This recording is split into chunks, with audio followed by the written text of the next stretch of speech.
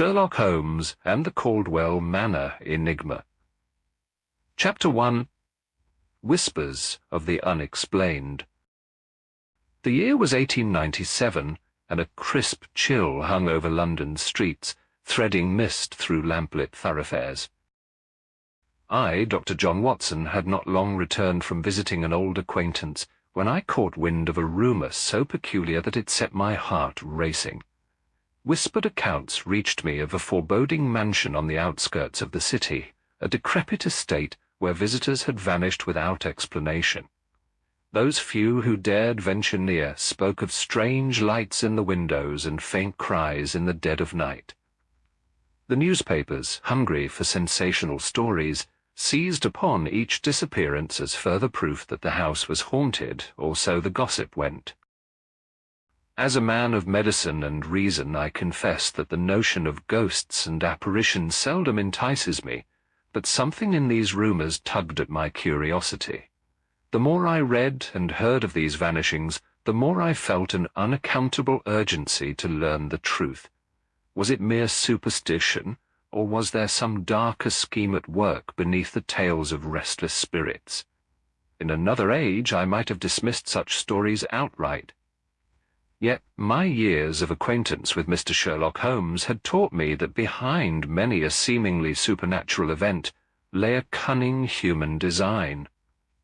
In the first days of my fascination, however, I found my ardour for the subject unreciprocated at 221B Baker Street. My friend and companion Sherlock Holmes was in the midst of his latest chemical investigations, a perplexing series of experiments concerning rare alkaloids. Day and night he laboured over his glass beakers and Bunsen burners, paying scarce attention to my excited recounting of the haunted mansion. "It is called Caldwell Manor," I informed him one evening, while the pungent odour of some compound rose in hazy curls around us. "The staff has fled, the villagers refuse to go near it, and the local constables are baffled. 3 have vanished already. Newspapers speak of curses and restless spirits." Holmes hunched over his apparatus, barely lifted his eyes. "Curses, dear Watson, are seldom more than the product of fevered imaginations. I'm afraid my time must be spent on more pressing concerns." "Even so," I replied, determined. "There must be an explanation. Do we not owe it to the missing to find out what really happened?" He offered a curt nod, but his attention soon returned to the fizzing solution before him. That night I resigned myself to the likelihood that the great detective would remain unmoved by these ghostly tales. Nevertheless, I pursued the subject on my own, poring over any scrap of information to be found in the dailies. The reports were distressingly consistent. Several unfortunate souls had ventured into Caldwell Manor's halls, intent on unmasking the cause of its strange phenomena, only to vanish without leaving even footprints behind. A few search parties had encountered locked doors and crumbling staircases, but no sign of the missing. Local rumour insisted the house was alive, claiming it swallowed its occupants whole. Of course, the rational side of my mind scoffed at such superstitions, yet the more I read, the more I felt a faint prickle of unease. In my years alongside Holmes, I had grown to trust in the improbable as merely a veil over the truly diabolical. Someone was responsible for these disappearances, though whether by cunning device or foul play I could not say. Days passed with Holmes subsumed in his chemical trials. I carried on in silence, consulting books on local law and soliciting accounts from anyone who claimed to know a detail of Caldwell Manor. One afternoon I walked home with a most remarkable story from a cab driver who had once delivered supplies to the mansion. He insisted he had seen a figure at an upper window, a silhouette that vanished the moment he tried to address it.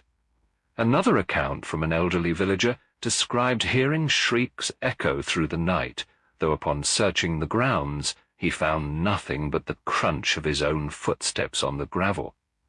That very evening, as I began drafting a letter to Inspector Lestrade, proposing a private inquiry, my preoccupation with the Caldwell affair was interrupted by a knock on the door. our landlady, Mrs. Hudson, presented me with a telegram bearing the official crest of Mycroft Holmes, Sherlock's elder brother, and, in many respects, a man of even sharper intellect and broader influence. I carried the telegram into Holmes's makeshift laboratory, where he still stood, sleeves rolled to the elbow, amid clouds of acrid smoke. "Holmes," I said, pressing the paper into his hand, "this has just arrived." He paused in his work to scan the message. I watched him closely, noting the instant furrow of his brow. Slowly he lowered the telegram and fixed me with a keen gaze. "It seems," he said at last, his voice subdued, "that we have a matter of some urgency, Watson. Mycroft advises me to investigate these alleged hauntings at once. There is a family of significance entangled in this, the Caldwells, who once stood high in London society, only to vanish under the most disturbing circumstances." I set aside my notepad, heart pounding at the shift in Holmes's demeanour. "Then you'll take the case? You'll look into Caldwell Manor after all?" A faint glimmer of resolve sparked in his grey eyes. "Certainly. My brother would not trouble himself to send such a missive unless it were of the gravest import. If Sir Edwin Caldwell and his household were indeed among the latest victims, we cannot disregard the situation as mere folklore." Holmes gathered his coat, his experiments abandoned as though they were trivial curiosities. "I shall make inquiries of Mycroft regarding any official or confidential knowledge of the Caldwell family. In the meantime, Watson, prepare whatever notes you have compiled on these disappearances. We leave for Caldwell Manor at first light." Thus, in the flickering lamplight of our sitting-room, the course was set. The haunting rumours that had so captured my imagination were now firmly within Sherlock Holmes's sights, and though a thrill of apprehension cut through me, I could not deny the stir of anticipation as well. For if there was any truth in the legends that cloaked Caldwell Manor, or if some cunning adversary hid behind its ancient walls, then Holmes and I would soon meet it face to face. Chapter 2. A dire revelation. A chill wind blew across Baker Street the following morning, rattling the panes as Sherlock Holmes and I prepared ourselves for the day's work. Even before dawn, Holmes had been restless, pacing the sitting-room with an energy I had not witnessed for weeks. My friend's fervour was ignited by the telegram from his brother, Mycroft, which hinted at matters of grave import tied to Caldwell Manor. Now, as the city's church bells tolled the hour, I sensed we stood upon the cusp of a shocking revelation. No sooner had I finished tying my cravat than Mrs. Hudson announced an unexpected visitor, a lean, pale young constable named Barrow. He entered with a tremor in his voice, removing his helmet in deference to my friend. "Mr. Holmes," he began, "I'm instructed by Inspector Lestrade to bring you this dispatch." He extended a sealed envelope bearing the official crest of Scotland Yard. "It concerns Caldwell Manor. A grim business, I'm afraid." Holmes accepted the envelope and slit it open with a penknife. His keen grey eyes flickered over the contents. When he looked up again, his expression was stony. "Watson," he said, "it appears the remains of the Caldwell family have been discovered, under circumstances that defy rational explanation." "Remains?" I repeated, startled. "Then they truly are dead?" Constable Barrow nodded. "A pair of local labourers were attempting to board up parts of the mansion at the request of the local authorities. They ventured into a blocked-off corridor and found skeletal remains bricked in, some with personal effects suggesting they belonged to Sir Edwin Caldwell and his household." A shiver passed through me. The Caldwell family had vanished under mysterious circumstances some time ago, their fate unknown, until now. "That's monstrous," I murmured. Holmes handed me the letter, then turned his attention to Barrow. "Have the men on site made any further discoveries?" Letters, documents, anything that might shed light on who orchestrated these atrocities? Barrow shook his head. Not yet, sir. They did find old stains on the walls and a room that looked as if someone had lived there recently. Beyond that, no clue. Holmes inclined his head. Thank you, Constable. Pray inform Inspector Lestrade that Dr. Watson and I shall depart for Caldwell Manor forthwith. Once Barrow departed, I scanned the letter from Scotland Yard. The language was terse, recounting how the Caldwell skeletons were arranged in a sort of grotesque tableau, as though placed there deliberately. More unnerving still was mention of possible disturbances in other rooms, footprints, perhaps recent, leading away from the sealed corridor. I looked up, unnerved. Holmes, there's something dreadful at play. You saw the reports of vanished constables, and now this. Could it be foul play of an even more horrific sort? Holmes gathered his coat and deerstalker hat. My dear Watson, let us not succumb to fear before the facts speak. We must examine the scene ourselves. At that very moment, Mrs. Hudson appeared once more, bearing another envelope. This one was sealed with a familiar monogram, M.H. Mycroft again, Holmes announced, tearing it open. As he read, I noticed a slight tightening about his features. He waved the letter at me to read over his shoulder. It revealed that Sir Edwin Caldwell had been no ordinary aristocrat. He had entertained close ties with several prominent figures in the government. Diplomatic secrets, foreign negotiations, and confidential financial dealings danced around his name. Mycroft's suspicion suggested that Sir Edwin's demise might be less a case of local misfortune and more a matter of political intrigue. Holmes cast the letter onto the table.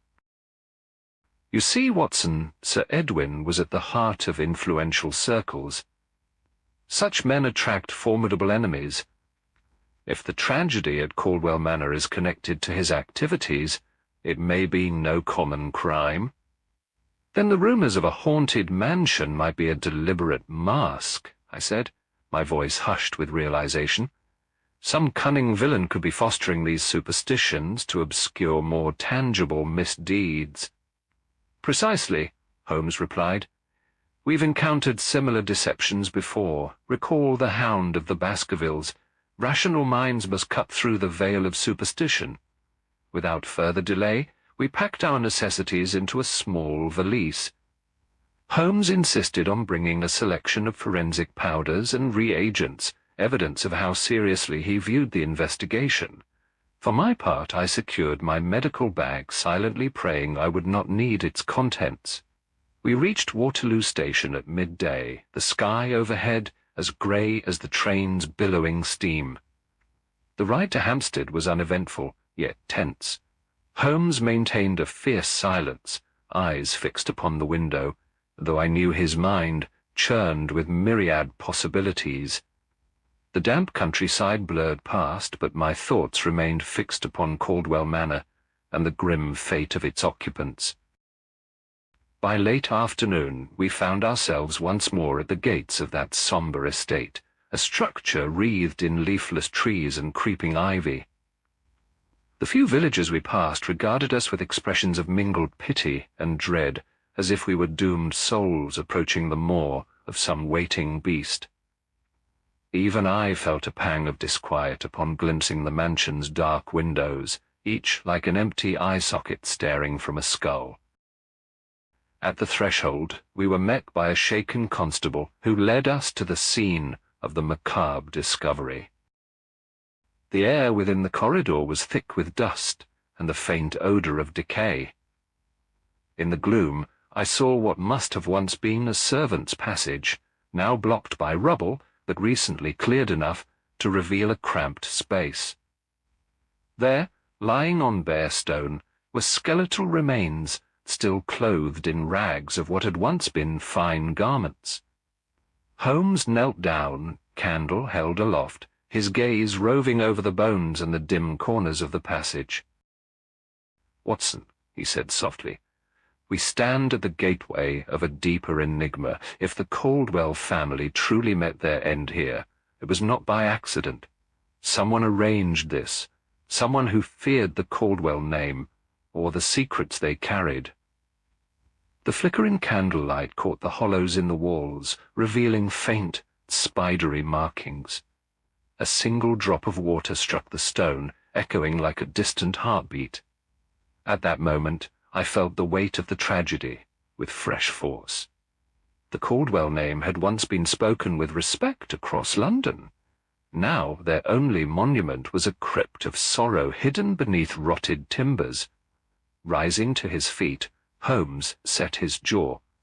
Mycroft was correct. This is not merely a matter for the local constabulary. We shall unravel the cause of these unspeakable acts, Watson, and see justice done. I nodded, trusting that his indefatigable genius would pierce the shadows that enveloped Caldwell Manor. Little did I suspect how twisty the path would prove, or what horrors might yet lurk among the silent corridors of that ill-fated domain. Chapter 3. Entering the Halls of Dread. The afternoon light slanted through the tall windows of Caldwell Manor's great hall, illuminating clouds of dust that danced in the stale air. Already Sherlock Holmes and I had spent several hours within those ancient walls, gathering what initial impressions we could. Owing to rumours of eerie lights and ghostly apparitions, Holmes had insisted we remain on site rather than commuting back to Baker Street. The tales of unexplained vanishings and spectral figures, once heard at a remove, now took on an unsettling immediacy in the mansion's hushed corridors. Despite our experience in challenging cases, we both felt a faint disquiet as we surveyed our surroundings.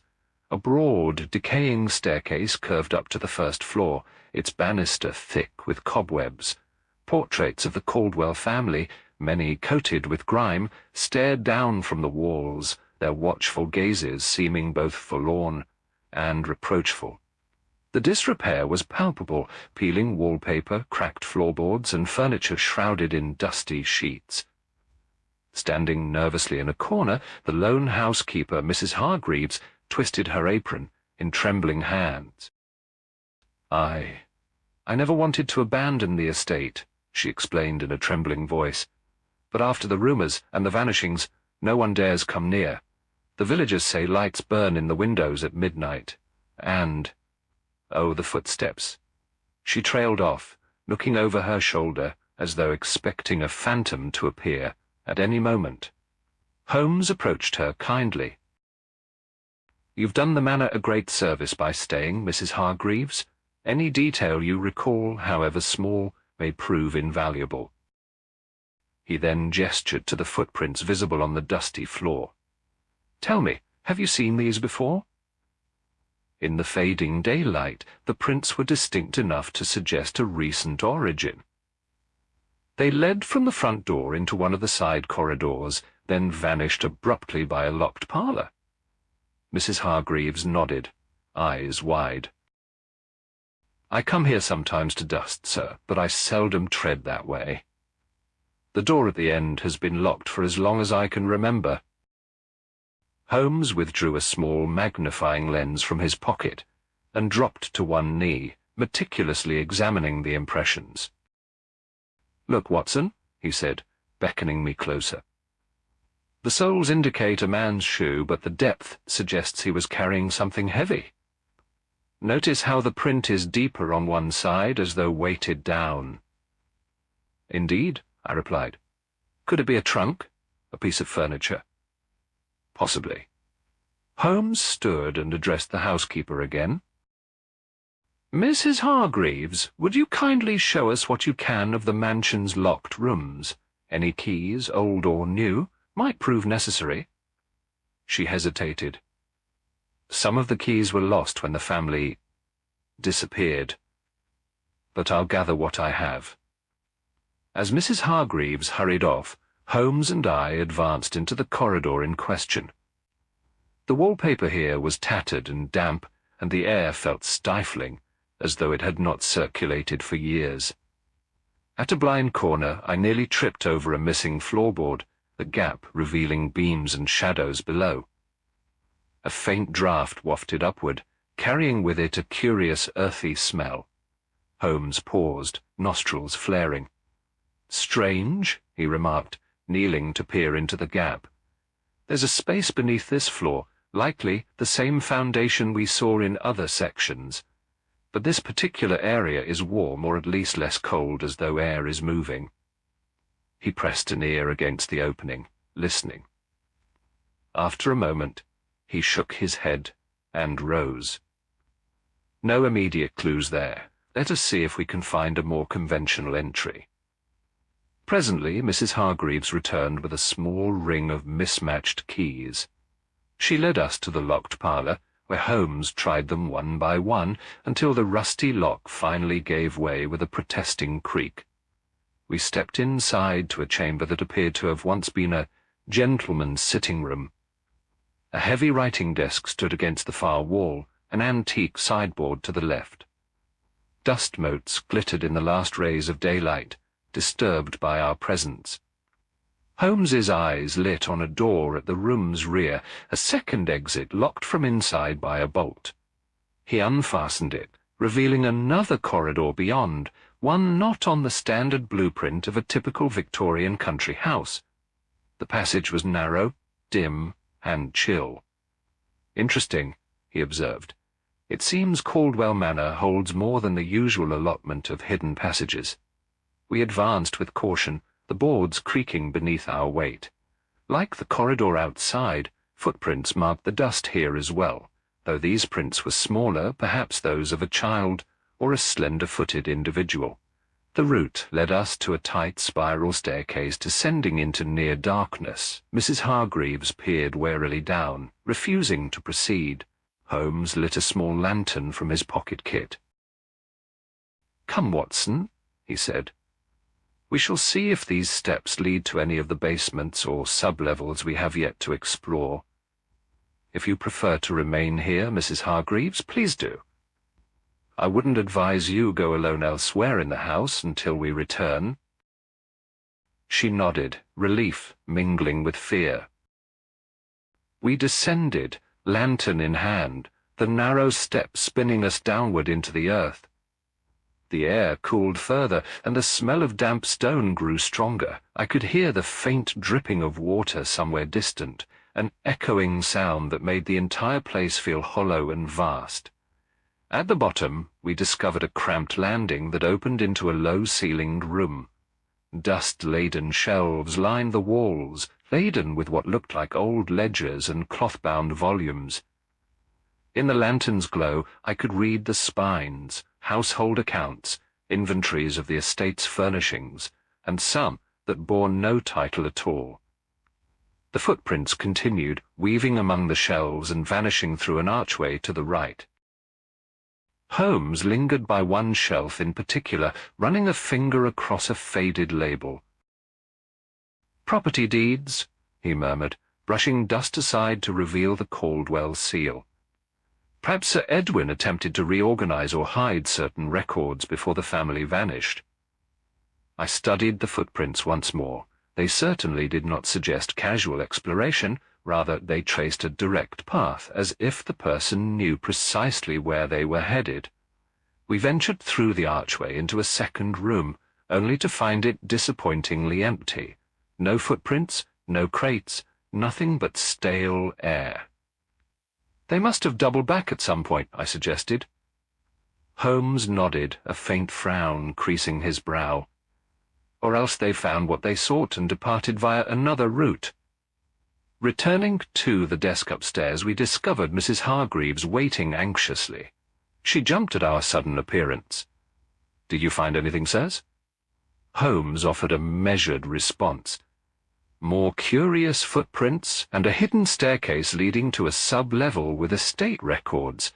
Nothing conclusive, yet it appears your absent visitors or inhabitants know this house's secrets better than anyone. As we left the parlour, evening shadows stretched across the corridors. Any illusions of a simple haunting had long since evaporated. We had, in fact, discovered the first real signs of active, purposeful movement throughout Caldwell Manor. Someone prowled these floors, unlocking and relocking doors, leaving footprints, and possibly searching for something. "Tonight," Holmes announced, "we'll focus our vigils on these hidden routes. If someone plans to roam again, we must be ready." So, with a renewed sense of urgency, we set about preparing for nightfall. The manor's decaying grandeur seemed almost alive, its neglected corners brimming with potential for hidden watchers.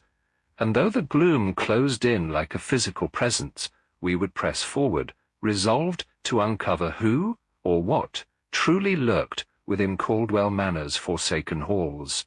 Chapter 4. Into the Gloom.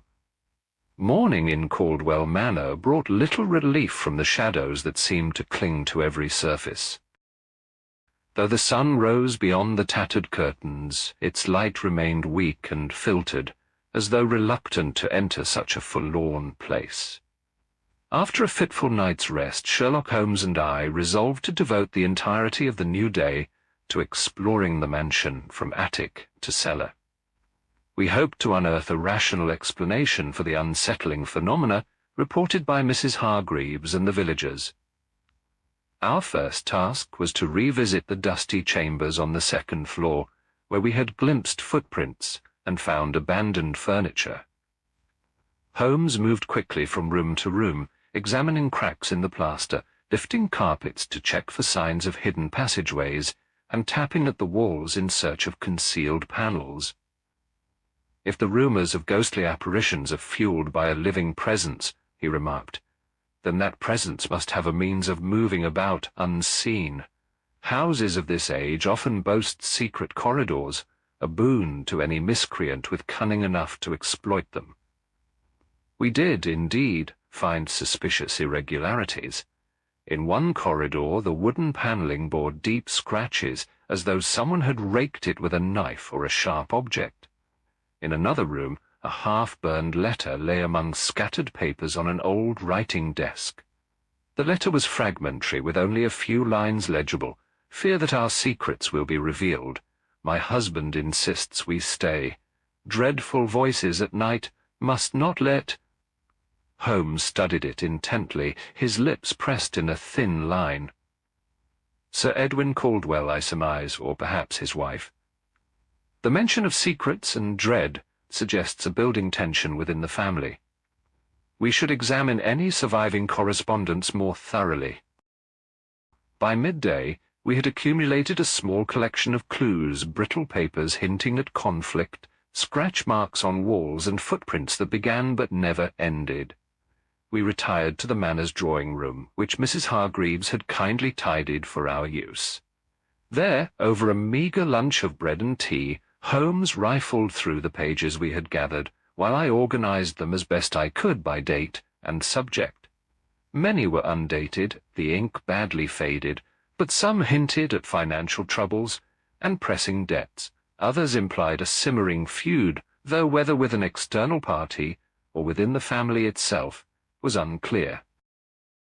"Caldwell Manor was once a seat of opulence," Holmes mused, "yet it appears it faced considerable strife, debts, quarrels, and now these macabre discoveries.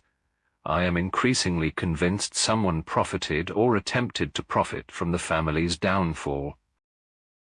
Our conversation was interrupted by Mrs. Hargreaves, who appeared at the drawing-room door, wringing her hands. "Beg pardon, Mr. Holmes, Dr. Watson," she said, voice trembling. "I heard a door slam upstairs not 5 minutes ago, but I am certain I locked every corridor myself." Holmes leapt to his feet, eyes ablaze with renewed energy. "Show us at once." We followed her up the main staircase to a long, narrow hallway lined with dusty portraits. At the far end stood a heavy door with ornate carvings, which I recalled from our earlier exploration. Mrs. Hargreaves insisted she had locked it securely, yet it now stood ajar, scraping against the warped floorboards as though someone had forced it open. Pushing past it, we entered a chamber that might once have been a bedroom, though its walls were bare, and the bed frame dismantled. Dust motes swirled in the musty air. Holmes knelt to scrutinize the floor, his magnifying lens glinting in the half-light. "Fresh scuff marks," he muttered. "Someone was here very recently, wearing shoes with a distinctive tread, possibly a man's. Notice this irregular impression, Watson. Do you recall seeing such footprints in the corridor below?" I bent down to compare. Indeed, the faint outlines on the floorboards echoed the ones we had seen near the front hall, but there was no occupant in sight and not a single clue as to how they had come or gone. The room's single window was nailed shut, and the walls appeared intact. As dusk approached, we discovered further unsettling oddities. In a small parlour, the wallpaper had been peeled back in patches, revealing cryptic symbols scratched into the plaster. They resembled arcane runes, perhaps an attempt to stage a supernatural hoax. In the servants' wing, another half-burned note floated in a basin of stale water, its ink blurred beyond recognition.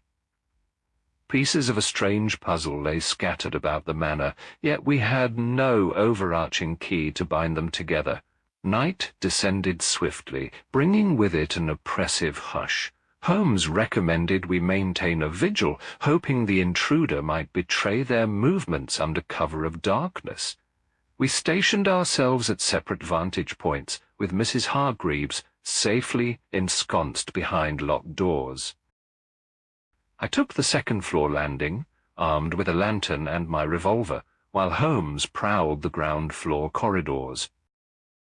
The hours slipped by without incident, until close to midnight, when I heard a muted thump from somewhere below. I crept down the stairs, lantern held high, my heart pounding in my chest. At the end of a dim hallway, I nearly collided with Holmes, who had also raced to pinpoint the noise. Together we advanced into the bowels of the manor, a corridor leading toward the old wine cellars. There the darkness seemed almost alive, shifting with each flicker of our lanterns. Abruptly, the entire house felt charged with tension. Every creak of the floor seemed magnified, every gust of wind at the windows a spectral moan. Though neither Holmes nor I spoke of fear, there was an undeniable weight upon us as we descended uneven steps into the cellar. Shelves of rotting casks lined the walls, and spiderwebs swayed in the draughty gloom. We found no intruder, only the lingering echo of that mysterious thump. At last we retreated upstairs, our search yielding nothing but an intensifying sense of disquiet. Caldwell Manor, it seemed, refused to yield its secrets easily. Yet Holmes, ever resolute, would not be deterred. He assured me that our efforts were indeed closing in on a hidden truth, one that mere superstition could never fully obscure. Thus ended our second full day within Caldwell Manor, the gloom both literal and metaphorical. Sleep came fitfully, and I dreamt of disembodied footsteps and cryptic markings on cold stone walls. If there was to be a rational explanation for these rumors of hauntings, we had yet to uncover it. But Holmes and I vowed to press onward, determined that neither midnight apparitions nor chilling silence would shake our resolve. Chapter 5. The Journal of Sir Edwin Caldwell. Daylight filtered through the smudged windows of Caldwell Manor with reluctant pallor, as though the morning itself shared our unease. Sherlock Holmes and I had spent another restless night, patrolling the corridors in vain search of the mysterious presence that seemed to haunt the premises.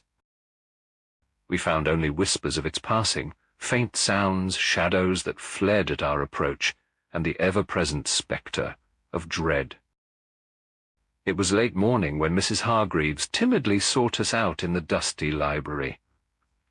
"Sirs," she quavered, holding out a small iron key on a ribbon, "I've remembered something. Sir Edwin used to keep a private study on the third floor, in the north wing. He never allowed the other staff inside. Once I saw him lock the door with this key. Perhaps You may find something there." Holmes's eyes lit with keen interest. "You've done well, Mrs. Hargreaves. We shall investigate at once." The north wing, like much of the manor, was in a state of grave neglect.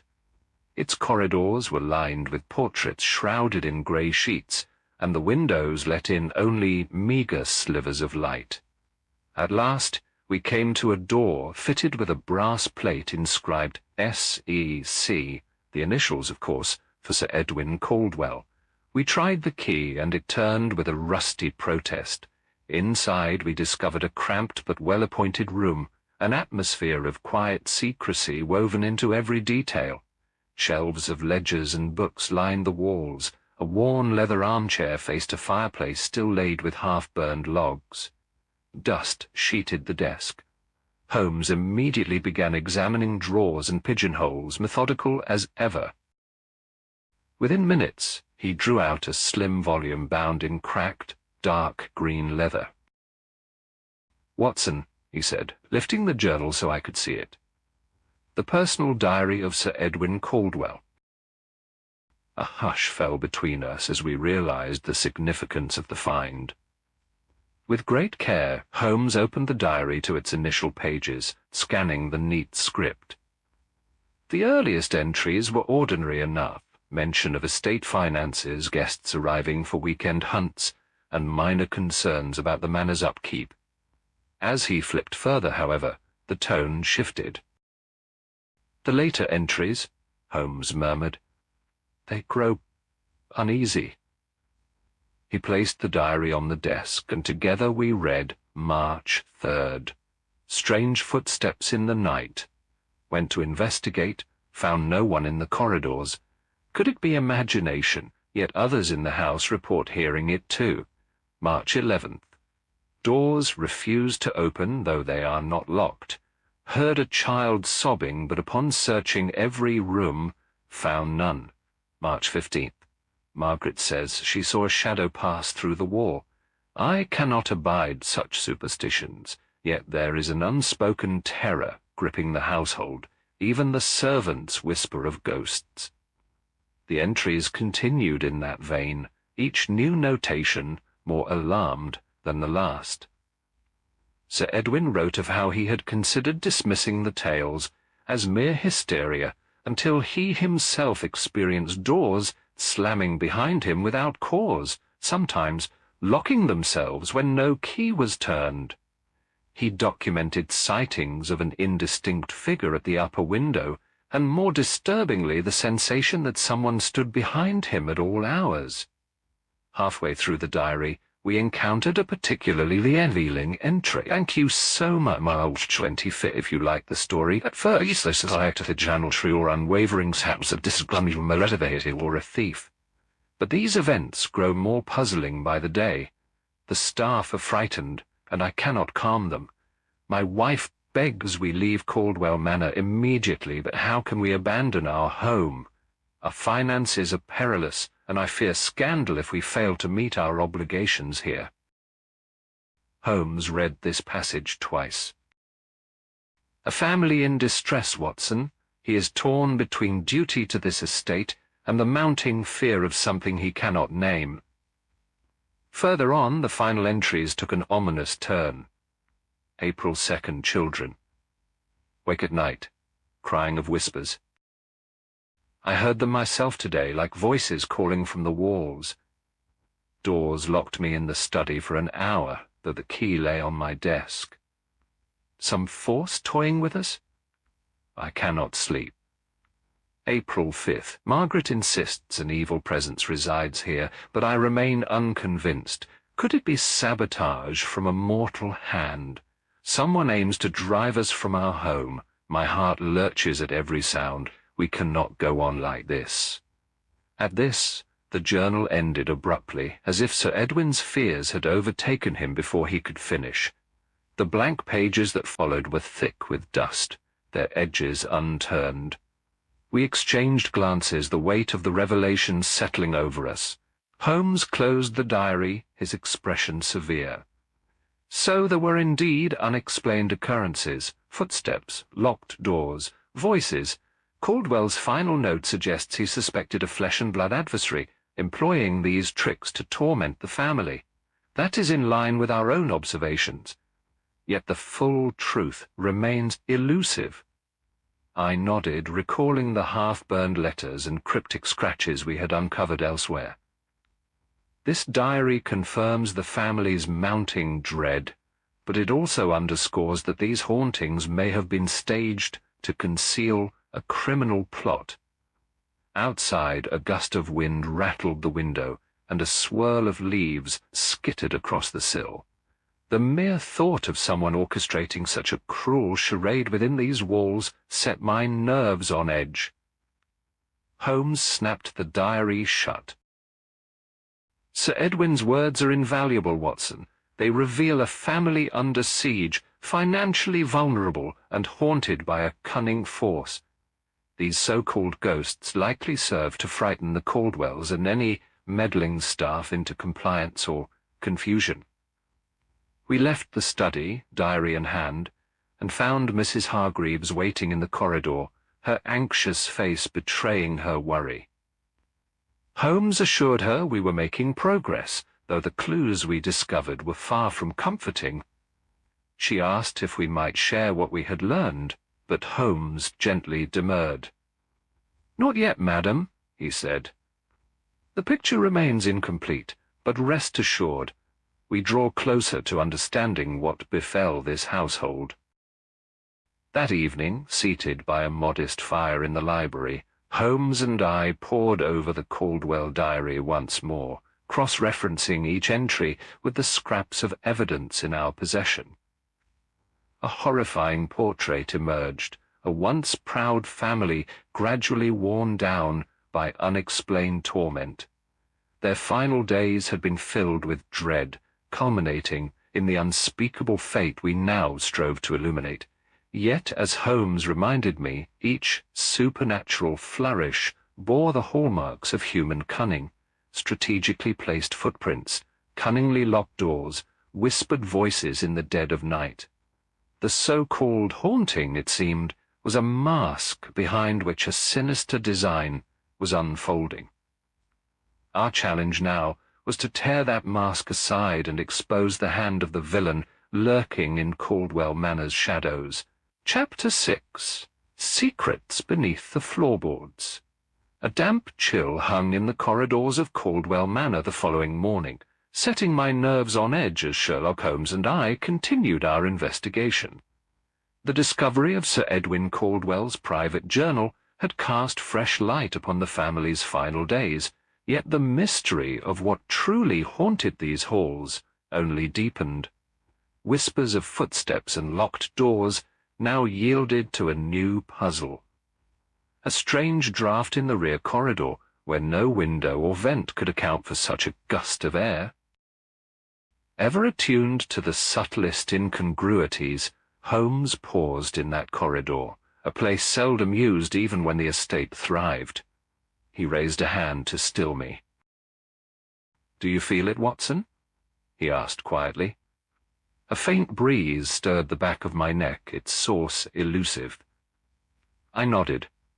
The corridor's plaster walls appeared intact, but along one side the wooden floorboards gave a faint creak, and a thread of cold air seeped up between them. Holmes knelt down, running his fingers over the seams. "These boards are different," he murmured, "either replaced at some point or deliberately arranged." We fetched a lantern and pried up one of the boards. Sure enough, beneath lay a thin gap.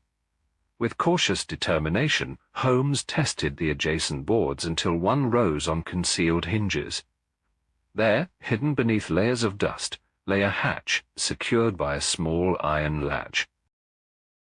"Curious indeed," Holmes said in a low voice. "The estate's original plans mentioned no sublevel in this wing."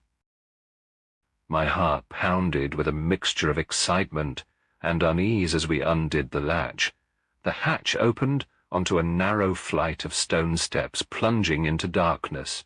A stale, cold draught gusted upward, whispering of spaces long forgotten, or perhaps furtively used. We armed ourselves with candles and carefully descended into the gloom. A cramped tunnel awaited us at the bottom, its walls of rough-hewn stone. The passage stretched on, lit only by our flickering flames.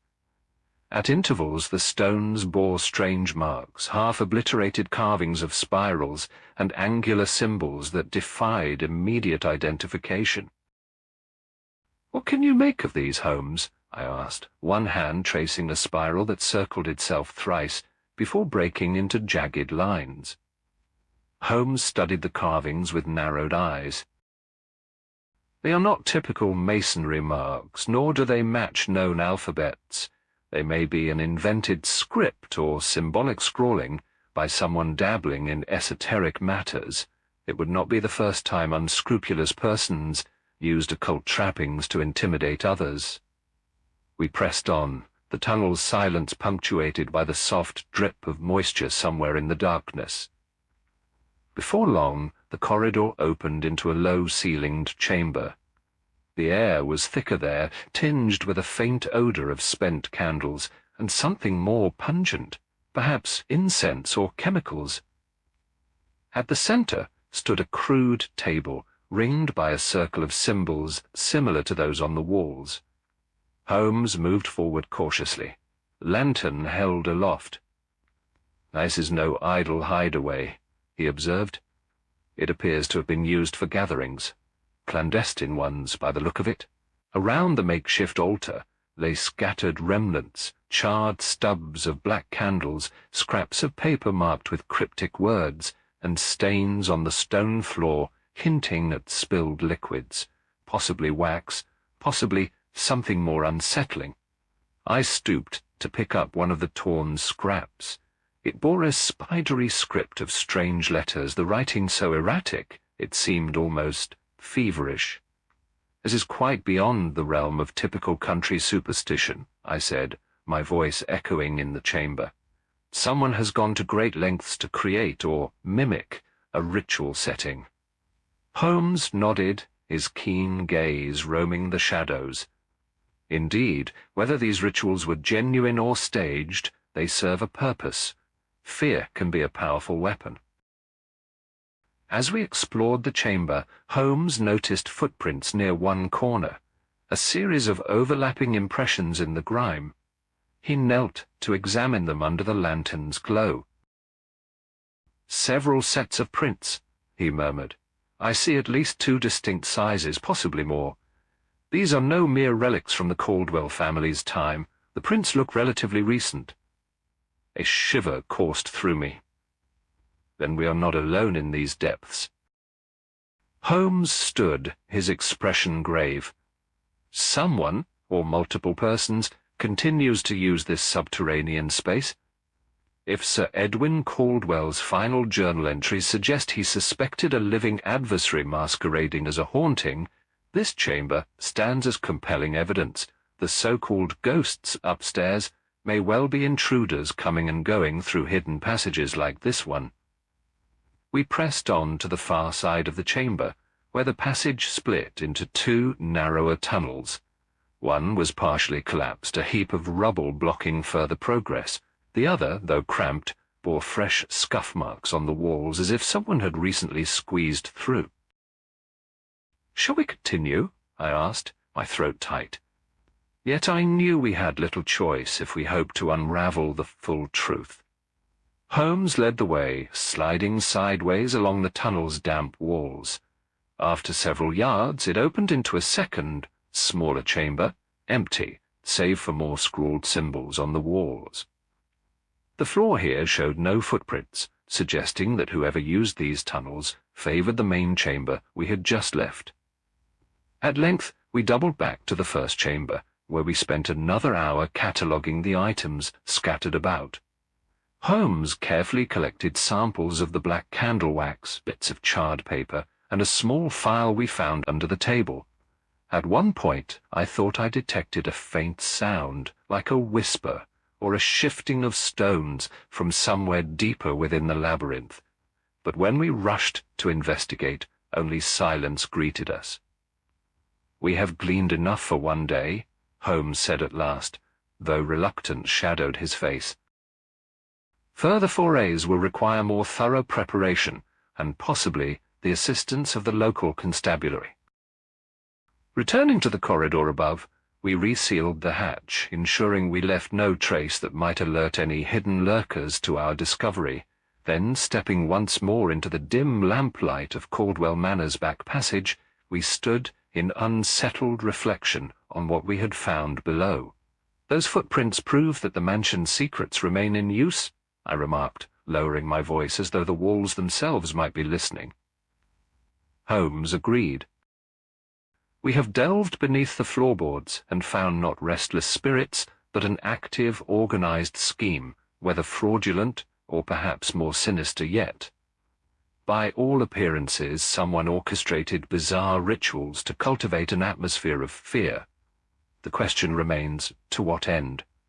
Thus, laden with samples and more questions than answers, we emerged from the hidden depths of Caldwell Manor. Though the day's discoveries were sobering, we felt a renewed sense of purpose. The labyrinth below the manor would, we hoped, supply the final pieces of the puzzle, a puzzle that promised to reveal not only the fate of the Caldwell family, but the identity of the living adversary who stalked these haunted halls. Chapter 7. The Web Tightens. The tension in Caldwell Manor grew palpable in the days following our exploration beneath the floorboards. Sherlock Holmes, fortified by the discovery of clandestine gatherings in the hidden chambers, worked with renewed vigor to piece together the final threads of this puzzle.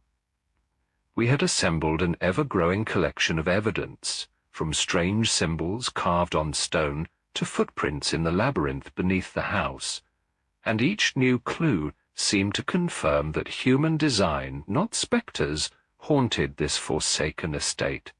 Yet despite our diligence, the elusive orchestrators of these uncanny events continued to slip through our fingers.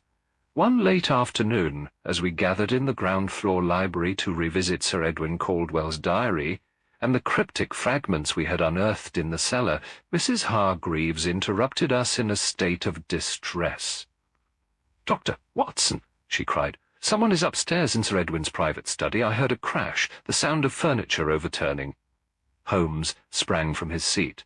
"Watson, quickly, we must not let them escape." We seized our lanterns and ascended to the third floor. The corridor leading to Sir Edwin's study was dim, illuminated only by the last slanting rays of the setting sun. My pulse quickened. It was here, only days before, that we had discovered the Caldwell patriarch's hidden journal. If indeed an intruder now rifled through the same desk, they might be after further evidence, perhaps documents that could crack this mystery wide open. Cautiously, we approached the door, which stood half open. A lamp within cast flickering shadows across the threshold. Holmes motioned for silence, and I nodded. Then in a single, fluid movement he burst into the study, I close on his heels. The scene was one of disarray, drawers yanked from the desk, papers strewn across the floor. Before us, a cloaked figure spun around, eyes wide, beneath the brim of a broad hat. In that fleeting instant, I caught a glimpse of a face partially obscured by a scarf, startled and fierce, ready to bolt. "Stop!" I shouted, raising my lantern. "You have no right." But the intruder was quick. Ignoring me, they darted toward a window at the back of the room, where tattered curtains billowed in the draught. Holmes lunged, attempting to intercept, but misjudged the figure's agility. The intruder ducked beneath his grasp and shoved him aside with surprising strength. A second later, they vaulted through the open window frame. "Holmes!" I cried, stumbling to the ledge, half expecting to see the intruder sprawled upon the ground below, but I found only creeping ivy rustling against the stone exterior. Far below, in the mansion's neglected courtyard, I glimpsed the figure disappearing into the twilight, moving with eerie swiftness. Holmes stood, catching his breath. "A daring exit," he muttered. "No typical thief, I venture." We took a moment to steady ourselves. The silence left in the intruder's wake was deafening. Mrs. Hargreaves, who had hovered in the corridor, now entered with trembling steps. "Did you see who it was?" Holmes shook his head. "Only a partial glimpse, a hat, a scarf, likely a disguise." It was then that I noticed scraps of paper near my feet, torn in the scuffle. Bending down, I gathered them. Yellowed fragments, covered in cramped handwriting. At once, I recognized the same style as the half-burned letters and diaries we had been studying. "Holmes," I said, holding out the scraps. "They've torn up a document, something that may have belonged to Sir Edwin." He stepped closer, retrieving his magnifier. The pieces contained sentences half lost to time and damage. "The estate is more than a home. It is an obligation we can ill afford. Danger grows. We stand to lose." Even as fragments, these words hinted at financial woes and looming threats, matters we already suspected played a part in the Caldwell tragedy. "This intruder," Holmes said, "clearly seeks to destroy any remaining records that might expose the truth." He turned to Mrs. Hargreaves. "Madam, you mentioned a crash. Was anything else disturbed?" She shook her head, wringing her hands nervously. "I only heard the noise, Mr. Holmes, and came straight to fetch you and Dr. Watson." Holmes proceeded to inspect every inch of the room, searching for fresh footprints or signs of a secondary exit. The study had only one door, and the single window now stood wide open to the settling dusk. As he examined the windowsill, he discovered several fresh scrapes on the stone ledge where boots had evidently impacted. "Watson," he murmured gravely, "this is a planned intrusion. Whoever fled through the window almost certainly scaled the ivy to reach the ground. It suggests they know the house intimately, or at least have reconnoitered it thoroughly." I gazed at the disordered desk, my thoughts churning. "Holmes, might this intruder be linked to the gatherings we suspect occurred beneath the manor? The footprints in that hidden chamber indicate more than one conspirator." Holmes nodded, a distant intensity in his eyes. "Yes, I suspect so. Even from these scraps it seems Sir Edwin's finances and obligations placed him in a vulnerable position. The ghostly illusions, locked doors, chilling footsteps, likely served as part of a grander scheme, either to force him into compliance or to drive him, and, by extension his family, out of the manor. Perhaps both." Mrs. Hargreaves leaned against the desk, her face pale. "That they should resort to such vile methods, is it greed, Mr. Holmes, or revenge?" "Possibly both," Holmes replied, "but we must not jump to conclusions without further proof." We spent the remainder of the evening collecting the torn scraps and piecing them together as best we could, though many segments were missing. The partial sentences spoke of mounting debts, warnings of an unspecified threat, and references to an agreement that Sir Edwin had been coerced into honouring. While no single page declared a clear accusation, the subtext was unmistakable. A formidable party wished the Caldwell family ill, and was leveraging the estate's troubles to do so.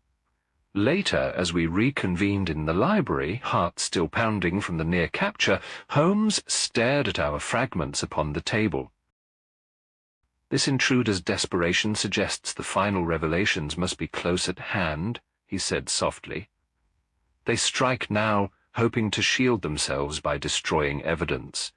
If we trace the money and the old alliances that bound Sir Edwin to London's elite, we may well expose the entire conspiracy." Night had fully settled upon Caldwell Manor. The corridors were filled with a familiar hush, broken only by the rhythmic tick of the dusty grandfather clock.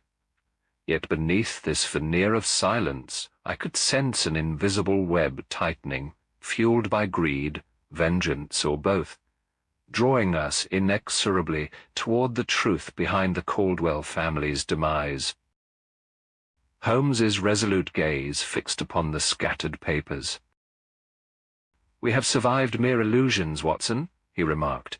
"Now we must confront the true architects of this scheme. Let us see how well they fare against observation, logic, and the unrelenting light of investigation." I nodded, inhaling a steadying breath. The stage was set, the foes had shown their hand. We stood on the threshold of a final unveiling, determined to bring justice to this haunted estate and reveal the culprits who had so ruthlessly woven fear into its every stone. Chapter 8. Unmasking the Mastermind. A hush hung in the corridors of Caldwell Manor that morning, as though the house itself anticipated the moment of reckoning.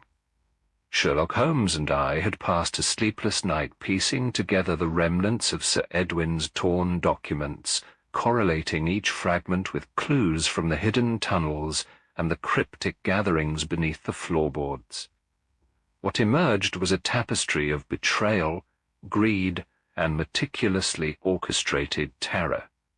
The final stroke of revelation came in the form of a legal ledger Holmes unearthed in an old strong-box at the back of Sir Edwin's study. Within its pages lay the names of Caldwell relatives scattered across England, some estranged, some apparently on decent terms, but one, in particular, stood out. Barnabas Caldwell, a distant cousin once rumoured to have been disinherited by Sir Edwin himself. Marginal notes in Sir Edwin's sharp hand referenced disputes over property and allegations of unsound character. An individual with motive, means, and a shadowy past, Holmes declared, setting the ledger aside.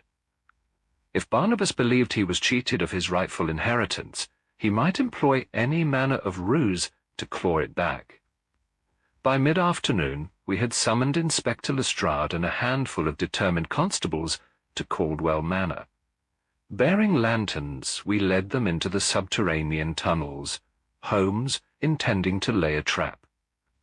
There, in the dimly lit chamber, where we had discovered ritualistic symbols and footprints, we arranged ourselves so as to watch each exit discreetly. With tension thrumming in the air, we waited. Our vigil proved not in vain. Shortly before dusk, the distant echo of footsteps drifted through the darkness, lanterns were quickly muffled, and we pressed against the damp walls. Heart-pounding, I glimpsed a small group entering the chamber by way of the corridor we had left unguarded, evidently believing no one could be there. Leading them was a tall, gaunt figure in a cloak, none other than the intruder who had fled Sir Edwin's study. Flanking him were two other men, each carrying sacks that clinked with what sounded like metal, perhaps stolen valuables left undiscovered when the Caldwell family vanished. Holmes signalled silently, and Lestrade's men surged forward, revolvers drawn. A cry of alarm rang out from one of the cloaked figures, who tried to dash back into the tunnel, but Holmes, quick as lightning, barred their path, the narrow corridor forcing the group to halt. Within seconds, the constables had them cornered. The gaunt leader let out a furious hiss and threw back the cloak's hood. By our lantern light, I could now see him clearly, a pallid man with features that might once have been handsome, but were now etched by years of resentment. He glowered at Holmes, lips curling in a sneer. "Barnabas Caldwell, I presume?" Holmes said calmly. "Your attempts to disguise yourself were skillful, but hardly enough to thwart proper investigation, especially once we found your name in Sir Edwin's private ledger." Barnabas spat on the damp stone floor. "He robbed me of what was mine," he snarled.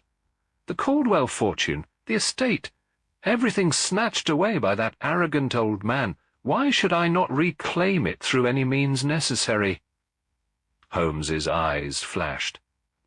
"Including murder and staged hauntings to terrify the legitimate heirs? You orchestrated the family's disappearance, did you not?" At this, Barnabas's face contorted in raw anger. Sir Edwin and his brood were nearly bankrupt, yet clung to their precious name. The fools refused my offers, refused to share what they never truly owned. So I set about convincing them Caldwell Manor was cursed, tormenting them with noises and illusions until they were ripe for destruction. The final blow came when they tried to flee, but I locked their escape routes, herded them like sheep. He paused, voice trembling with malice. You will find their bones in these walls, hidden away with their secrets. A chill overcame me, remembering the ghastly discovery of the Caldwell remains. Lestrade stepped forward, voice taut with revulsion. The law will have you for these crimes, Barnabas Caldwell, along with whoever aided your foul deeds. The two henchmen, seeing their cause was lost, offered no resistance. They glanced from Barnabas to the armed constables, faces pale with fear. One muttered bitterly that they had only done what was asked, never realizing how far Barnabas intended to take the scheme. The entire haunting had been meticulously staged, locked doors rigged with strings, ghostly footsteps created by cunning contraptions, and even the eerie childlike cries at night. Recorded noises amplified through hidden vents. Any genuine superstition among the staff had been exploited to sow terror, all so Barnabas could claim the estate uncontested. Within the hour, Lestrade and his men had secured the villains, leading them above ground into the waning daylight. Barnabas, sputtering oaths, could not escape the iron grip of the law he had so long evaded. For the first time since we entered the manor, a suffusion of relief touched the air. Holmes and I found Mrs. Hargreaves in the front hall, watching the arrests with eyes misty from both shock and relief. "So it was never a haunting after all," she whispered, voice trembling. "All those terrors, nothing but a monstrous illusion." "An illusion built on cunning and cruelty," Holmes affirmed gently. "But rest assured, Mrs. Hargreaves, the perpetrators will face due justice." As Lestrade led the prisoners away, we stood at the threshold of Caldwell Manor, gazing upon its battered facade. The old estate, stripped of its phantasms, now presented a mournful rather than terrifying sight, a stark testament to how greed, envy, and revenge can defile even the stateliest of homes. The ghosts here, we now knew, were not spirits of the dead but the darkest impulses of the living. In the silence that followed, Holmes paused to light his pipe.